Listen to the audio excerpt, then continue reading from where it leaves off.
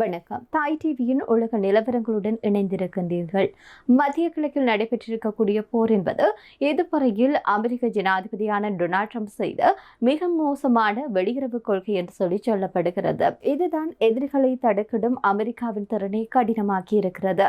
மத்திய கிழக்கில் கொந்தளிப்புகளுக்கு மத்தியில் நிலைத்தன்மை கொண்ட தீவுகளாக விளங்கும் வளைகுடாவின் எண்ணெய் உற்பத்தி செய்யும் அரபு நாடுகளுடனான அதன் கூட்டணியை இந்த போர் சேதப்படுத்தி இருக்கிறது என்று சொல்லப்படுகிறது.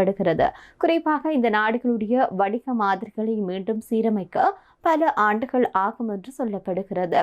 மறுபுறம் தங்களுடைய கூட்டணிகளை பன்முகப்படுத்துவது பற்றியும் கடல் கடந்து தங்களுடைய அண்டை நாடான ஈரானுடன் இணைந்து வாழ்வதற்கான வழிகளை கண்டறிவதன் அவசியம் குறித்து இந்த நாடுகளினுடைய அதிகாரிகள் ஏற்கனவே தனிப்பட்ட முறையில் பேசி வருகின்றனர். அமெரிக்கா தனது எளிதில் ஈடு செய்ய முடியாத ஆயுத இருப்புகளை வேகமாக செலவழித்ததாகவும் அதன் அதிகார வரம்புகள் அதில் எதிர்கொள்வதையும் சீனா உன்னிப்பாக கவனித்து வருகிறது. கடைசி நிமிட தடங்கல்கள் ஏதும் இல்லை என்று வைத்துக் கொண்டாலும் இந்த ஒப்பந்தம் ஈரானில் உள்ள தங்களுடைய எதிரியினுடைய பலத்தை அமெரிக்காவும் இஸ்ரேலும் தவறாக கணித்ததன் அடிப்படையிலேயே உருவான போரை முடிவுக்கு கொண்டு வந்திருக்கிறது என்று சொல்லப்படுகிறது. இது போர் நாள் தங்களுடைய வாழ்க்கையை தலைகீழாக மாற்றிய, குறிப்பாக தாக்குதல் எல்லைகளில் இருக்கக்கூடிய பொதுமக்கள் உட்பட அனைவருக்கும் ஒரு பெரிய நிம்மதியை இந்த அமைதி பேச்சுவார்த்தை கொடுத்திருக்கிறது. ட்ரம்பினுடைய கூற்றுப்படி பார்க்கிற போது இந்த ஒப்பந்தம் என்பது ஹார்மூஸ் நீரை மீண்டும் திறக்கிறது. இது உலகளாவிய பொருளாதாரம் மற்றும் உலகெங்கிலும் நெருக்கடிகளுடன் வாழும் கோடிக்கணக்கான மக்களுடைய வாழ்க்கை மீதான அழுத்தத்தை குறைக்கிறது. மத்திய கிழக்கில் ஆயிரக்கணக்கான மக்கள் கொல்லப்பட்டிருக்கின்றனர். குறிப்பாக இந்த போர் பல இழப்புகளை சந்தித்திருக்கிறது. வீடுகளும் வணிகங்களும் அழிக்கப்பட்டிருக்கிறது. இந்த டிஎன்ஏ வழியாக கொண்டு செல்லப்படுகின்ற விநியோகங்களை நம்பியிருந்த ஒரு உற்பத்தியாளர்களாகட்டும், இல்லாட்டி அவர்களுக்கு ஏற்பட்ட தாக்கம் ஆண்டின் பிற்பகுதியில் ஏழை நாடுகளில் உள்ள மக்கள் பசியால் வாட வழிவகுக்கும். குறிப்பாக சஹாராவிற்கு தெற்கே இருக்கக்கூடிய ஆப்பிரிக்கா அதிகம் ஆபத்தில் இருக்கிறது. இந்த ஒப்பந்தம் ஒரு அமைதி ஒப்பந்தம் அல்ல. பேச்சுவார்த்தையாளர்கள் 14 பக்கங்களை கொண்டதாக கூறியிருக்கிறார்கள்.